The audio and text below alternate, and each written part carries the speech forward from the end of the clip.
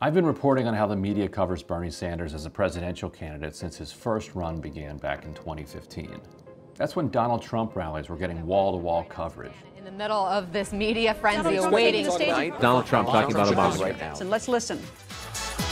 Go ahead. Trump got 20 times more coverage than Sanders on TV networks during the primaries. And Hillary Clinton got about twice as much airtime, a disparity noted by the New York Times public editor. Are you saying that somebody's got their thumb on the scale at the New York Times for Hillary? Yeah. Bernie won 13 million votes in 22 states, but to see his rallies live, you often had to dial up C-SPAN. This lack of coverage helped stall Sanders in 2016, but this time around, could the blackout actually help? He's running up against this huge problem, though, that I mentioned earlier of this media blackout. He often either gets ignored or kind of laughed at as not a serious candidate. One thing standing between Sanders and serious coverage in 2020 is the media's belief that he simply can't win. It's just you can't win as a socialist. Disaster. The moderates will win. I think the risk, Centrist Democrat. the guy's a recipe for electoral disaster. And if Sanders can't win, the thinking goes, then it's justified to largely ignore him. A recent study reveals that's exactly what MSNBC has done. Bernie Sanders makes my skin crawl. Bernie gets less airtime and more negative mentions than his top rivals. If the media took its coverage cues from polling, Sanders would be treated like a top-tier candidate. In the 25 of the last 25 polls, Bernie Sanders is beating Donald Trump head-to-head in every poll out there. You wouldn't know that from reading this New York Times headline. Sanders, who actually beats Trump in 3 swing states, is not mentioned. And all we're arguing for is, can we have a fair shake?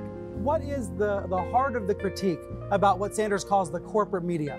In about, a minute or so, you're going to cut the commercial breaks and you're going to see some pharmaceutical ads. It's incentivizing you and others to make sure that you're asking the questions and driving the conversations in certain areas and not in certain areas. So let's take a break as I do it to fit in a commercial. Sure enough, the segment was followed by pharmaceutical ads. Healthier brain, better life. I was cured.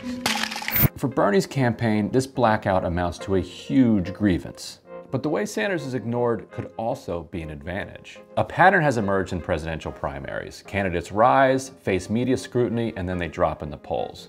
Remember back to the 2012 Republican primary. You saw it happen to Rick Perry, Herman Cain, and on and on. This time, it's already happened to Elizabeth Warren, and Pete Buttigieg could be next. But what if the media pretend you're not rising at all? Like when CNN puts Buttigieg and Joe Biden within striking distance of Elizabeth Warren, while ignoring Bernie, the kind of thing that happens all the time.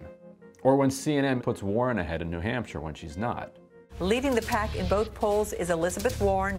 Or while MSNBC docks Sanders 5 points in a poll when he's actually gained 5. Bernie Sanders, who dropped at least 5 points. Now, when you press reporters on why they don't cover Sanders despite his poll numbers, they'll often say, well, he won't actually stand up under scrutiny. But if Sanders continues to rise in Iowa while the press ignores him, there's a chance he could skip the scrutiny phase and climb right into first without being attacked as a frontrunner.